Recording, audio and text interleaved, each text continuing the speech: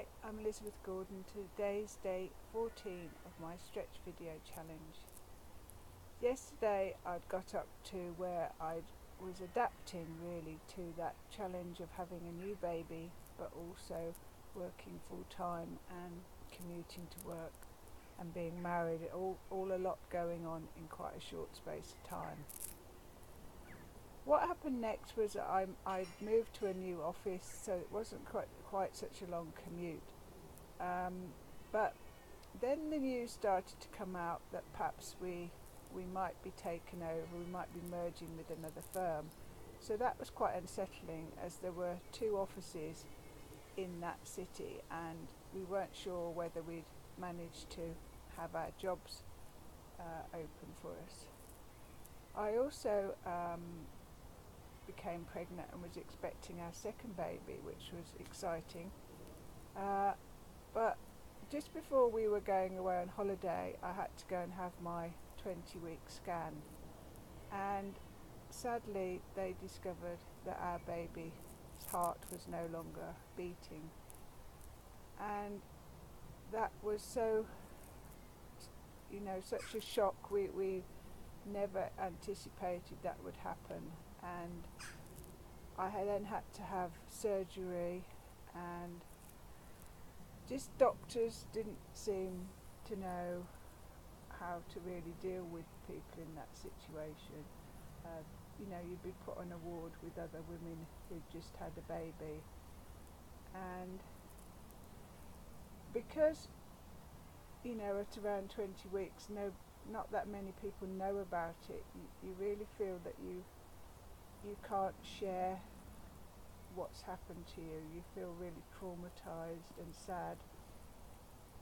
And I think what kept me going the most was that we already had a young baby to look after, and obviously that gave us a positive outlook despite the sadness. I went back to work within a week or so, and you have those comments like, have you been away on holiday, which would send me into floods of tears. So I really don't think I was in a great state to return to work.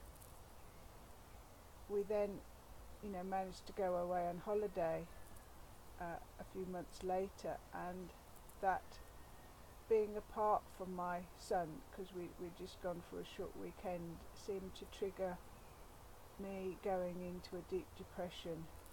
We were spending the weekend in Paris, and I just couldn't stop crying, and we had to arrange flights to be able to come home, and I can't describe the joy of actually seeing my oldest son again, standing up in his cot when we got home. But I then went into a really despairing phase.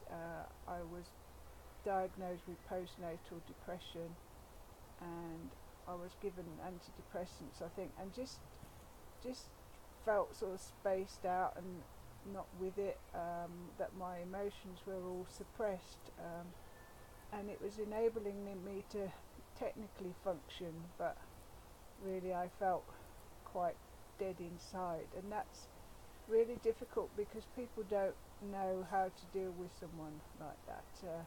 Probably the only people who'd really understand were other women who'd had the same experience. So not offered any support or counselling, just trying to carry on as normal when clearly things weren't. And I think that experience really caused me to suppress very deep emotions for so long. It's only quite recently, when I've done some journaling over several days, that I think I really released all that terrible emotion and despair that I felt at that time. So I think that was a major element of emotions that I stored in my body that helped me to really be ill. I think it was all an added stressor on my body.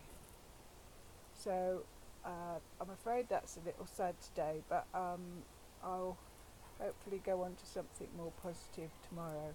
Thank you. Bye.